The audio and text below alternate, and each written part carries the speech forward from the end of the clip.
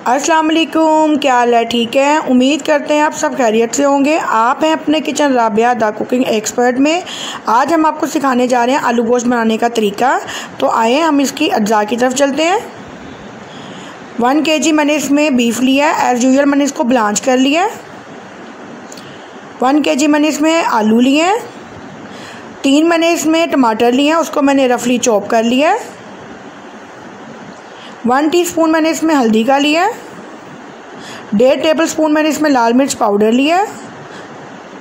1 tablespoon मैंने इसमें नमक का लिया। आप अपने टेस्ट के हिसाब से कम या ज़्यादा कर सकते हैं। 1.5 टेबलस्पून ही मैंने इसमें लहसुन अदरक का पेस्ट लिया है। 2 अदद मैंने इसमें छोटी इलायची, 1 बड़ी इलायची और 3 मैंने बादियान फूल की पत्तियां ली हैं।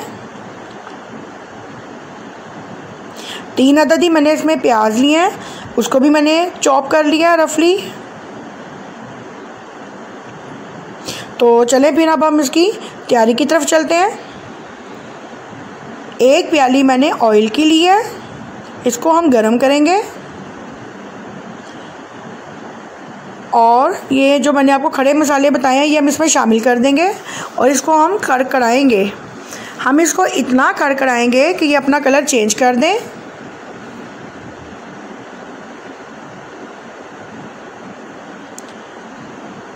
और ये देखें इसका कलर चेंज हो रहा है। काफ़ी हद तक इन्होंने अपना कलर बदल लिया है और इसमें हम प्याज शामिल कर देंगे। अब हम इसको फ्राई करेंगे और हमने इसको गोल्डन ब्राउन करना है। गोल्डन ब्राउन करके हम प्याज को निकाल लेंगे।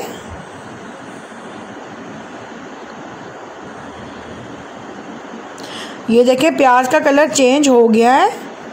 अब हमने इसको कुछ देर तक और हमने इसको फ्राई करना है। इसका कलर चेंज हो गया, अब हम इसको निकाल लेंगे।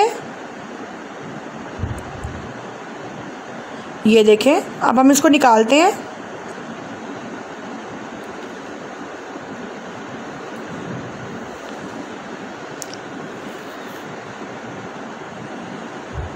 अब मैंने इसमें लहसुन अदरक का पेस्ट और बीफ को डाल दिया है और हम इसको रोस्ट करेंगे। और चले आए तब तक हम अपने दूसरे प्रोसेस की तरफ चलते हैं। ये गोल्डन ब्राउन प्याज जो भी हमने निकाला है उसमें मैं टमाटरों को शामिल कर दूंगी। 1 प्याली दही की शामिल कर दूंगी और इसको हम अब ब्लेंड कर लेंगे।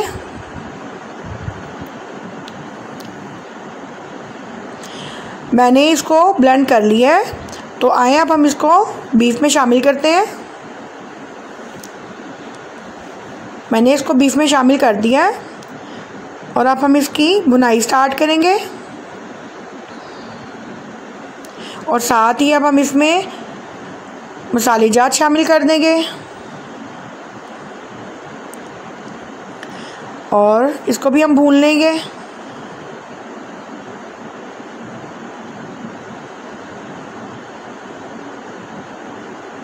ये देखिए इसका ऑयल अलग हो चुका है। अब मैं इसमें 2 गिलास पानी शामिल कर दूंगी और हम इसको ढाँप देंगे ताकि ये अपनी स्टीम में खुद ही तैयार हो। इसको हम तकरीबन 15 मिनट का टाइम देंगे।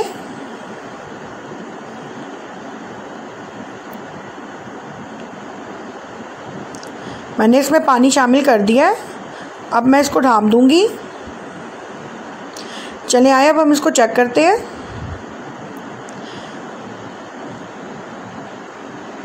ये तकरीबन 90% तक डन हो चुका है।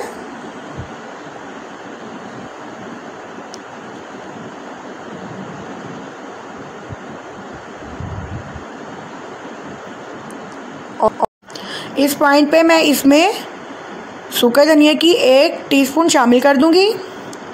इसको भी हम भून लेंगे।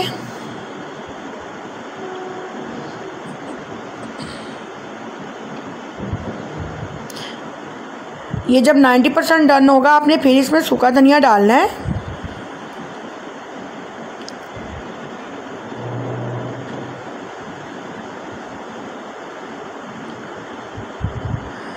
बीफ हमारा रेडी हो चुका है और ये देखिए इसने अपना कलर चेंज कर लिया और ऑयल भी इसका अलग हो चुका है।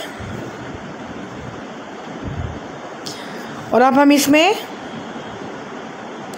आलू शामिल कर देंगे।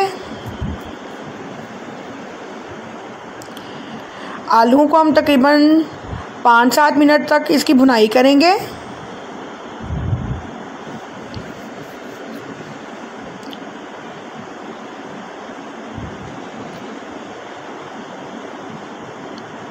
और अब मैं इसमें आलूओं को शामिल करके 5-7 मिनट तक मैंने इसको भूनने के बाद मैं इसमें 2.5 गिलास पानी के शामिल कर दूंगी।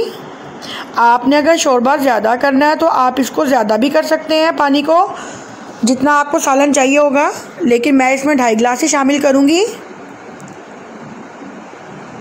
2 और ये हाफ मैंने इसमें 2.5 गिलास पानी शामिल कर दिया है।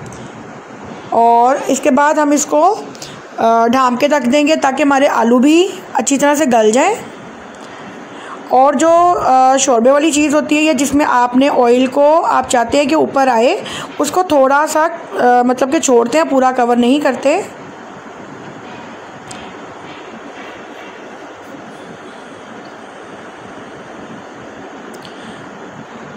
सालन हमारा डन हो चुका है।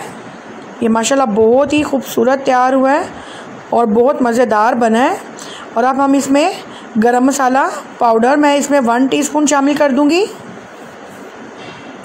और साथ ही मैं इसमें हरी मिर्चें और हरा धनिया शामिल कर दूंगी।